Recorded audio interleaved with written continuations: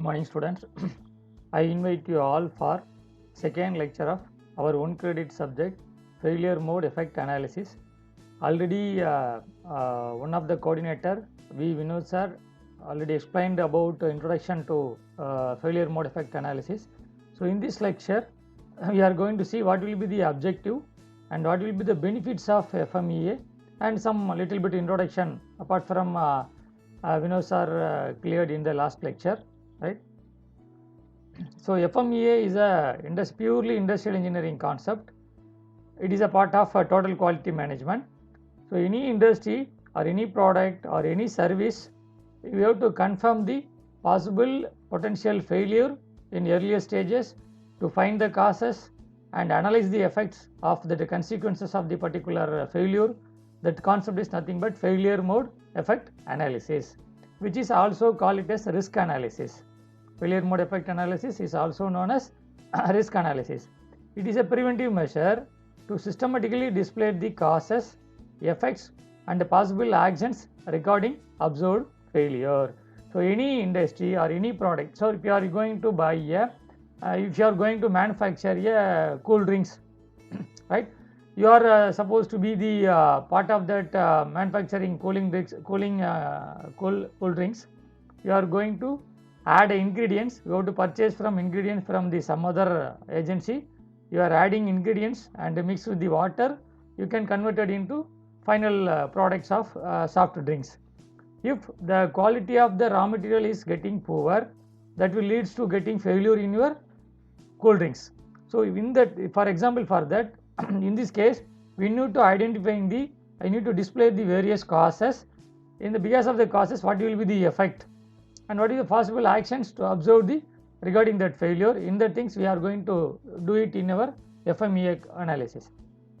It is an engineering technique used to define, identify and eliminate known or potential failures, problems and errors. If it is in failures, they may lead to design FMEA.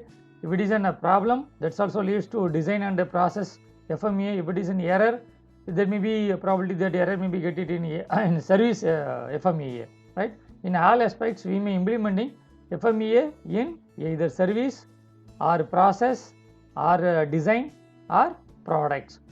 It is before the event action.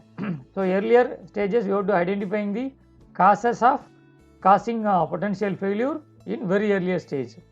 It is a never ending process. It is an improvement. Not only this earlier stage, starting stage of FMEA, it is throughout the stages you have to identifying the potential failure and taking action before the failure occurring. What will be the objectives of FMEA? Why we need to implement? Why we need to study? Why we need to do the FMEA analysis in our day-to-day life? So it is used to find the failures and prevent them. And priorities of failures and attempt to the eliminate them. The failures may be more than one. To systematically you have to give the ranking of the failure.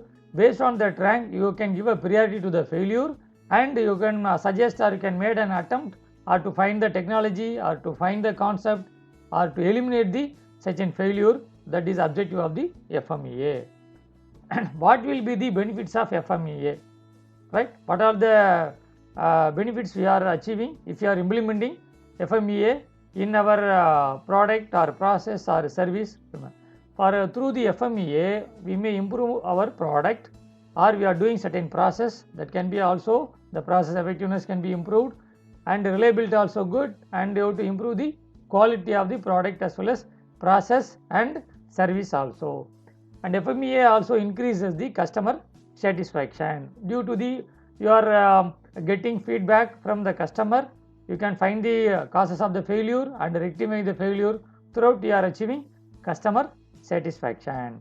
So in through FMEA, we can easily identifying and identification of failure and elimination of failure can be achieved through the FMEA systematic analysis. We have a certain procedure we have followed to conduct the FMEA analysis. We have a interdisciplinary team. We have in the team they are comprising many that in charges, either faculty from design engineer or process engineer or product engineer or materials engineer or customer, they are among that they are forming interdisciplinary team. The team will conduct FMEA analysis to find to identifying the causes, and it will give the ranking and find the severity and find out the risk priority number RPN.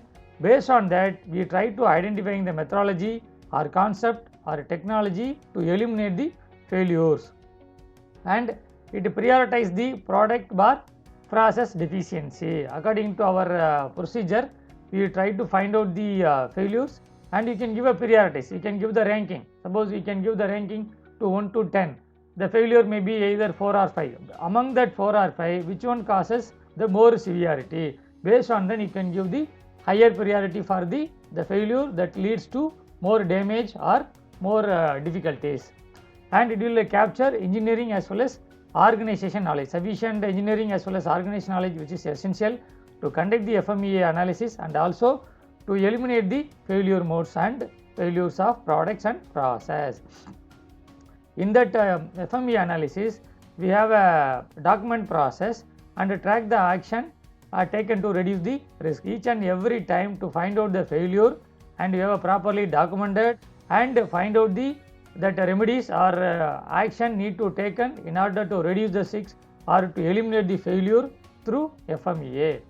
And also FMEA focus for improved testing and development act as a catalyst. Suppose we are facing in earlier stage of product design development, we are doing our prototype testing and development. During the testing and development stages, we identifying the causes or identifying the potential failure and eliminating failure and its causes at the earlier stage of design. So that's what we may act as a catalyst during testing and development stage. So today in this class, I have to stop my lecture.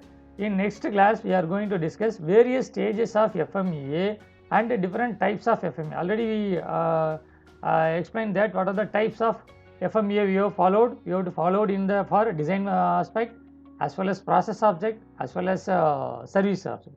In possible cases, we may implement FMEA. Thank you for all.